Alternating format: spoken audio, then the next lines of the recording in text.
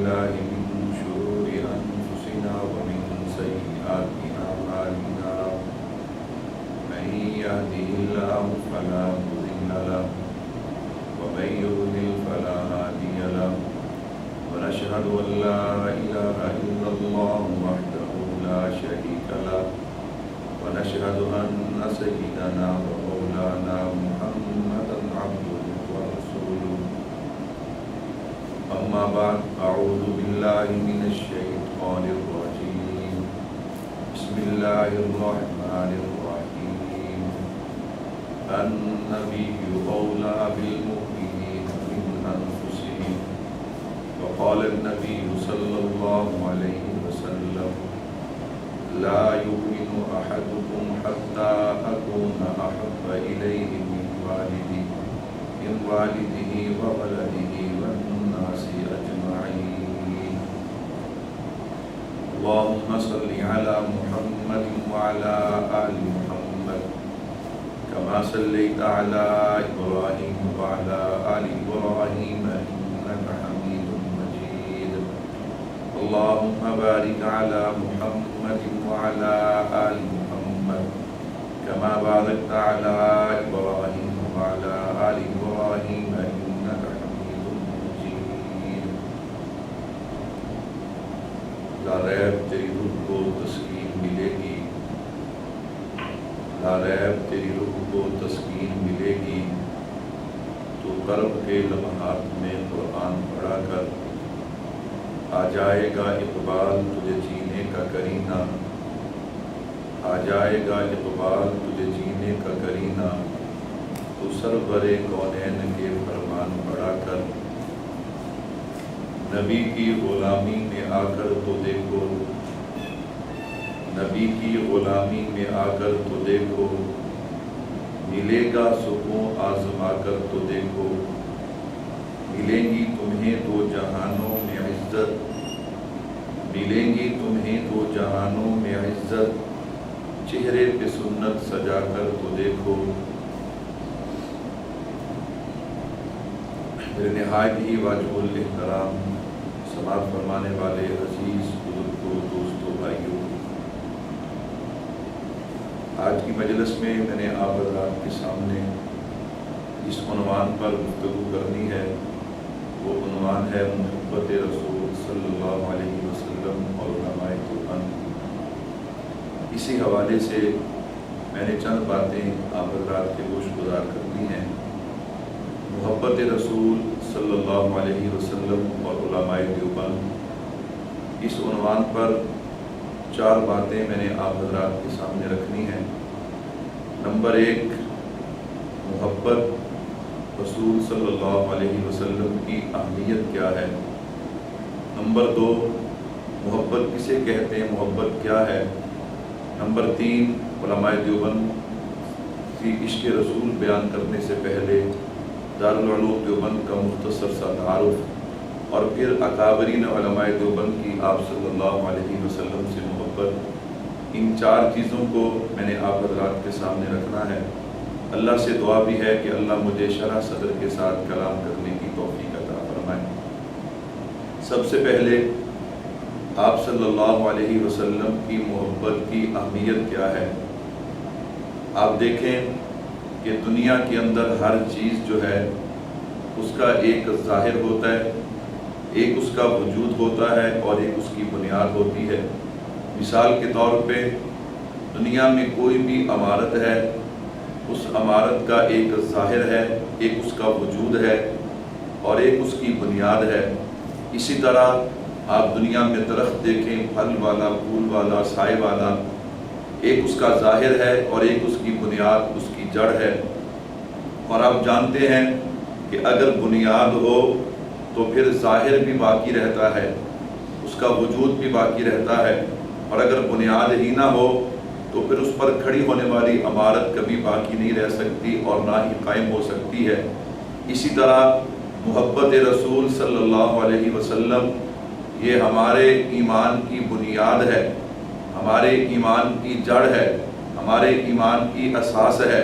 عام لفظوں میں کیا مطلب کہ اگر محبت رسول ہے تو ایمان قابل قبول ہے، اگر محبت رسول نہیں تو پھر ایمان بھی قابل قبول نہیں۔ اسی کو اللہ نے یوں فرمایا النبی اولیٰ بالمؤمنین من انفسہم، اور پیارے پیغمبر جناب محمد رسول اللہ صلی اللہ علیہ وسلم نے اس کی تشریح یوں فرمائی لا یؤمن احدکم حتی اکون احب الیہ من والدہ وولدہ والناس اجمعین۔ تو گویا محبت رسول صلی اللہ علیہ وسلم اس کی اہمیت یہ ہے، محبت رسول ہمارے ایمان کی بنیاد ہے، ہمارے ایمان کی اساس ہے۔ اسی کو شاعر یوں بیان کرتا ہے محمد کی محبت دین حق کی شرط اول ہے، اگر اس میں ہو کچھ خامی تو سب کچھ نامکمل ہے۔ تو یہ حضور اکرم صلی اللہ علیہ وسلم کی محبت کی اہمیت ہے۔ اور ایک شاعر سے یوں بیان کرتا ہے کہ نسبت مصطفیٰ بھی بڑی چیز ہے، جس کو نسبت نہیں اس کی بخشش نہیں، خود خدا نے نبی سے یہ فرما دیا جو تمہارا نہیں وہ ہمارا نہیں۔ تو میرے بھائیو، سب سے پہلے محبت رسول صلی اللہ علیہ وسلم کی اہمیت۔ اب نمبر 2، محبت ہے کیا؟ محبت کسے کہا جاتا ہے؟ تو علماء فرماتے ہیں اللہ نے کائنات کی ہر دو چیزوں کے درمیان ایک مقناطیسیت رکھی ہے۔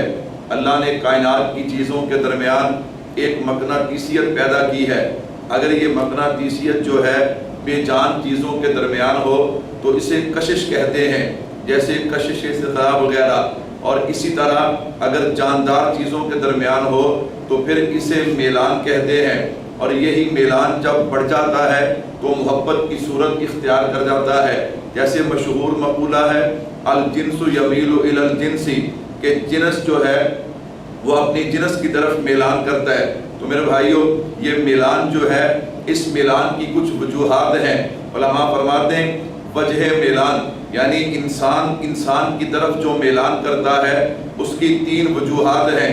نمبر 1 جمال، نمبر 2 کمال، نمبر 3 احسان۔ کیا مطلب؟ کسی کا جمال، انسان کسی کے حسن و جمال کو دیکھتا ہے تو اس کی طرف میلان کرتا ہے، کسی کے کمال کو دیکھتا ہے تو اس کی طرف میلان کرتا ہے، کوئی اس پر احسان کرے اس کے احسان کی وجہ سے اس کی طرف میلان کرتا ہے۔ تو الجنس یمیل الی الجنس، انسان کی طرف میلان کرتا ہے، جو میلان بعد میں محبت کی صورت اختیار کرتا ہے۔ تو اس کی وجوہات میں نے 3 بیان کی ہیں۔ نمبر 1 جمال، نمبر 2 کمال، نمبر 3 احسان۔ ہمارا دعویٰ ہے کہ اللہ کے نبی صلی اللہ علیہ وسلم سے بڑھ کے کائنات میں کوئی محبت کے لائق نہیں ہے۔ آپ انہی تینوں اصولوں میں دیکھیے، آپ جمال میں دیکھیں گے میرے نبی کے جمال جیسا کسی کا جمال نہیں ہے، آپ کمال میں دیکھیں گے میرے نبی کے کمال جیسا کسی کا کمال نہیں ہے، آپ احسان دیکھیں گے میرے محبوب کے احسانات کا کائنات میں کوئی مقابلہ نہیں کر سکتا۔ میں زیادہ نہیں، چونکہ ربیع الاول کا مہینہ ہے اور ہمارا پروگرام بھی حضور اکرم صلی اللہ علیہ وسلم کی عظمت، شان، سیرت، مقام کے حوالے سے ہے۔ میں آپ صلی اللہ علیہ وسلم کے جمال، کمال، احسان کی ایک جھلک آپ کے گوش گزار کر دیتا ہوں۔ جہاں تک میرے محبوب کا حسن و جمال ہے، اللہ نے اپنے حبیب کو کیسا حسن و جمال عطا کیا۔ ہمارا نظریہ ہے اللہ نے اپنے محبوب کو جو بھی عطا کیا وہ بے مثال عطا کیا ہے۔ اگر میں اسے یوں کہہ دوں تو مبالغہ نہ ہوگا۔ اللہ نے اپنے محبوب کو قبیلہ دیا، بے مثال دیا، خاندان دیا، بے مثال دیا، والدین دیے، بے مثال دیے، ازواج اور بنات دی ہیں تو بے مثال دی ہیں۔ اللہ نے اپنے محبوب کو نواسے دیے، بے مثال دیے ہیں۔ اللہ نے اپنے محبوب کو کلمہ، نماز، روزہ، حج، زکوٰۃ، جہاد دیے تو بے مثال دیے ہیں۔ اللہ نے اپنے محبوب کو علم، عمل، حلم، اخلاق، کردار دیا تو بے مثال دیا ہے۔ اللہ نے اپنے محبوب کو صداقت، عدالت، شرافت، لیاقت، ذہانت، امامت، حکمت، بصیرت دی ہے تو بے مثال دی ہے۔ اللہ نے اپنے محبوب کو چہرہ دیا تو بے مثال دیا ہے، زلفیں دی ہیں تو بے مثال دی ہیں، سینہ دیا تو بے مثال دیا ہے، ہاتھ اور پاؤں دیے ہیں تو بے مثال دیے ہیں۔ اللہ نے اپنے محبوب کو اخلاق اور کردار دیے تو بے مثال دیے ہیں۔ اللہ نے اپنے محبوب کو صحابہ دیے، بے مثال دیے، اہل بیت دیے، بے مثال دیے، امت دی ہے تو بے مثال دی ہے۔ اسی طرح اللہ نے اپنے محبوب کو صورت بھی دی ہے تو بے مثال عطا کی ہے۔ تو میرے بھائی، اس لیے میں عرض کر رہا تھا میرے محبوب کا حسن و جمال اللہ نے اپنے محبوب کو کیسا حسن و جمال عطا کیا، میں اس پہ ایک تخیل دینے لگا ہوں۔ اور وہ دوست جو کہتے ہم بڑی گہرائی میں اتر کے حضور کی عظمت سنتے ہیں، حضور کا مقام سنتے ہیں، میں انہیں دعوت فکر دیتا ہوں، ذرا میرے تخیل پہ غور کیجئے۔ اللہ نے اپنے نبی کو حسن و جمال کیسا عطا کیا۔ میرے محبوب نے فرمایا ان اللہ جمیل و یحب الجمال، کیا معنی؟ اللہ خوبصورت ہے اور خوبصورتی کو پسند کرتے ہیں۔ اور دوسری جگہ یوں ارشاد فرمایا انا حبیب اللہ، مجھے اللہ کا حبیب کہا جاتا ہے۔ اللہ خوبصورت ہے، خوبصورتی کو پسند کرتے ہیں، اس لیے اللہ نے کلام پاک میں یوں فرمایا لقد خلقنا الانسان فی احسن تقویم، اے انسان میں نے تجھے خوبصورت بنایا۔ کیوں؟